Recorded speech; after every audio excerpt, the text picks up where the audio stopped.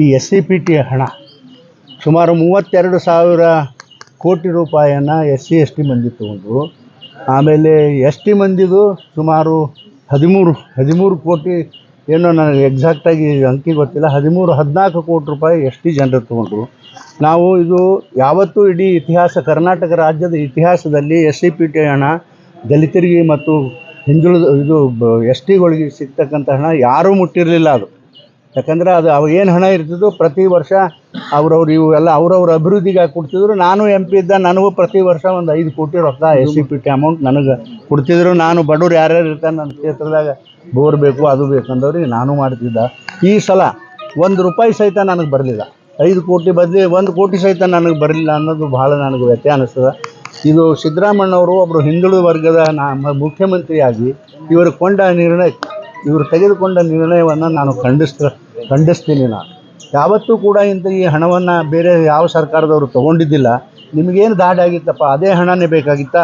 ಬೇರೆ ಬೇರೆ ಇಲಾಖೆಗಳಿಂದ ಸಾಕಷ್ಟು ಹಣ ಇತ್ತು, ಅದಕ್ಕೆ ಯಾಕೆ ಮುಟ್ಟಲಿಲ್ಲ ನೀವು? ಹೋಗಿ ಅದನ್ನು ನೋಡಿರಿ, ಶೆಡ್ಯೂಲ್ ಕಾಸ್ಟ್ ಮಂತ್ರಿನೇ ನಮ್ಮ ಮಾದೇವಪ್ಪದ. ಆ ಮಾದೇವಪ್ಪ ಪ್ರೊಟೆಸ್ಟ್ ಮಾಡ್ತಕ್ಕಂಥ ಕೆಲಸ ಮಾಡಬೇಕಿತ್ತು. ಇಂಥ ಅವಕಾಶ ಬಂದಾಗ ಹಿಂದೆ ನಾನು ಮಂತ್ರಿಮಂಡಲದಲ್ಲಿದ್ದಾಗ ರಾಜೀನಾಮೆ ಕೊಟ್ಟು ನಾವು ಹೊರಗೆ ಹೊಂಟಿದ್ದೆ. JH ಪಟೇಲರು ಅದು ಸರಿಯಲ್ಲ, ಸುಮ್ಮ ಕೂತ್ಕೊ ಅಂಥೇಳಿ ಬೆದರಿಸೋ ಮೇಲೆ ನಾನು ಕೂತಿದ್ದೀನಿ. ಯಾಕಂದರೆ ನಾವು ಹಠ ಮಾಡಿಲ್ಲ ಅಂತಂದ್ರೆ ಇವು ಯಾವೂ ಉಳಿಯೋದಿಲ್ಲ.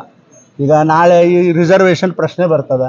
ಅವ್ರು ರಿಸರ್ವೇಷನ್ ನಾವು ಏನೂ ಹೇಳಿಲ್ಲ ನಮ್ಮ ಪಕ್ಷದವರು ಅಂದ್ರೆ BJP ಅವ್ರು ರಿಸರ್ವೇಷನ್ ತೆಗಿತಾರೆ ದೇಶದಾಗ ಅಂತ ಹೇಳ್ತಾರೆ.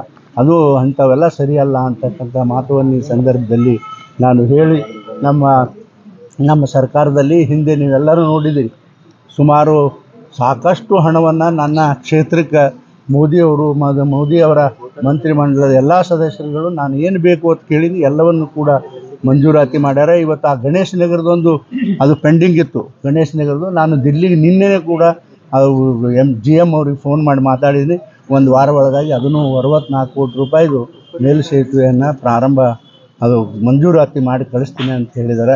ಈಗ ಒಂದೇ ಈ ರೈಲ್ವೆ ಸ್ಟೇಷನ್ನಲ್ಲಿ ಒಂದು ಶೆಡ್ ಏನದಲ್ಲ, ಅದು ಎಲ್ಲ ಗಾಡಿಗಳು ಇಲ್ಲೇ ಬಂದು ನಿಂದಿರ್ತವೆ. ಇನ್ನು ಮುಂದಿನ ದಿನಮಾನಗಳಲ್ಲಿ ಅದೊಂದು ಫೌಂಡೇಶನ್ ಮಾಡಬೇಕು. ತ್ವರಿತಗತಿಯಿಂದ ಅದನ್ನು ಸಾಧ್ಯದಷ್ಟು ಬೇಗ ಮಾಡ್ತೀನಿ. ಇಷ್ಟು ಮಾತ್ರ ಈ ಸಂದರ್ಭದಲ್ಲಿ ಹೇಳಿ ನಿಮ್ಮೆಲ್ಲರಿಗೂ ಹಣ ಏನು ಬಿಡುಗಡೆ ಆಯಿತು, ಇದಕ್ಕೆ ತೋರಿಸಿದ್ರು, ಅಲ್ಲಿ ಟ್ರಾನ್ಸ್ಫರ್ ಆಯಿತು ತೆಲಂಗಾಣಕ್ಕೆ, ಇದೆಲ್ಲ ಆಯಿತು.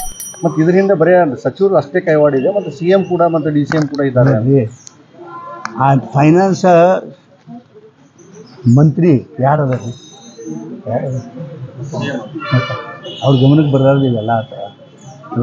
ಇದನ್ನು ಭಾಳ ತೀವ್ರಗತಿಯಿಂದ ನಾನಂತೂ ಖಂಡಿಸ್ತೀನಪ್ಪ. ಯಾಕಂದರೆ ಇದು ಸರಿ ಅಲ್ಲ ಮಾಡೋದು.